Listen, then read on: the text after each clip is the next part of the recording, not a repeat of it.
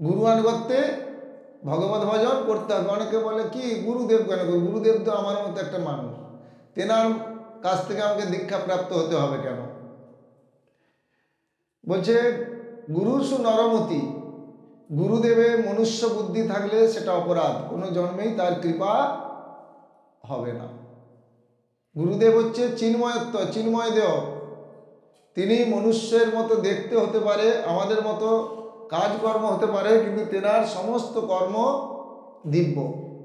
ভগবান শ্রীকৃষ্ণচন্দ্র গীতায় বললেন, জন্ম কর্ম চ মে দিব্যম এবং যো ব্যক্তি তত্ত্বত তত্ত্বাদেহং পুনর্জন্ম নৈতি মামেতি স অর্জুন। আমার এবং আমার ভক্তের জন্ম এবং কর্ম সবটাই দিব্য, আতি দিব্য। জড়জগতের মতো দেখতে হলেও কিন্তু সেটা দিব্য। যদি কেউ বলে যে তোমার গুরুদেব কোথায়, যার গুরুদেব প্রকটিত নেই, বলে সে তো কবেই মরে গেছে। বলো রাধে রাধে। কথা বলতে কতদিন সময় লাগে? যারা মা হয়েছে জানো, 2 থেকে 2.5 বছরের মধ্যে একটা বাচ্চা কথা বলতে পারে, হ্যাঁ কি না? আর কথা শিখতে কতদিন সময় লাগে? 9 নয় 90 নয়, সারা জীবনেও একজন কথা বলতে জানে না কোথায় কি কথা বলতে হয়। কথা শিখতে সারা জীবন সময় লাগে। তাই গুরুদেব কি হয়েছে না, আমাদের গুরুদেব তো এখন সে তো সেই রোগী মুগি পড়ে আছে। বলো রাধে রাধে। গুরুদেব না, সে তো অনেকদিন মরে গেছে। বলো রাধে রাধে। গুরুদেব মরে না। যেনার গুরুদেব নেই কি বলতে হয়? যে আমার গুরুদেব তিনি ইহধামে নাই বা অপ্রকটিত হয়েছেন। এখন প্রকটিত নয়, লোকলোচনের অন্তরালে চলে গিয়েছেন। বলো রাধে রাধে। গুরুদেব যদি অসুস্থ হয় কি বলতে হয়? তোমার গুরুদেব না, আমার গুরুদেব এখন অসুস্থ লীলায় রয়েছে। গুরুদেবের যখন শরীর খারাপ হয় তখন সেটা কি হয়? অসুস্থ লীলায় রয়েছে। গুরুদেব যাতে বেশি বেশি বাড়িতে পদার্পণ করে ততই মঙ্গল। গুরুদেব বাড়িতে আসা মানে সমস্ত তীর্থের সেখানে আগমন এবং 33 কোটি দেবতার আগমন হয়।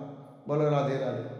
এবং সমস্ত অশুভ শক্তির বিনাশ প্রাপ্ত হয়, শুভ শক্তির বিকাশিত হয়।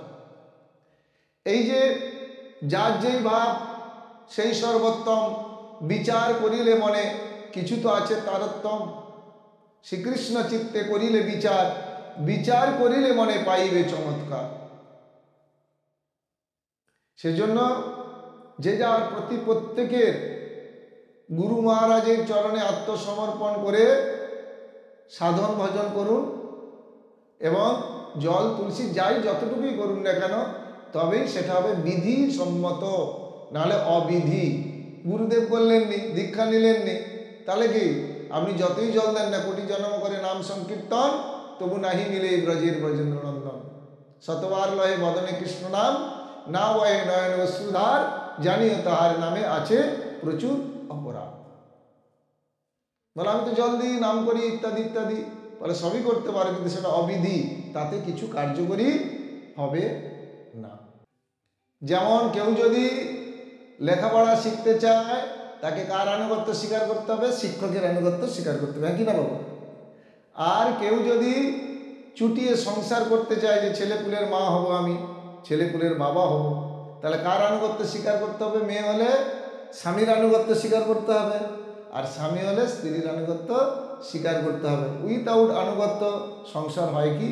তদ্রূপ কেউ যদি বলে আমি ভজন সাধন করতে চাই, ভগবানের কাছে যেতে চাই, তাহলে গুরুদেবের আনুগত্য স্বীকার করতে হবে। বলো রাধে রাধে।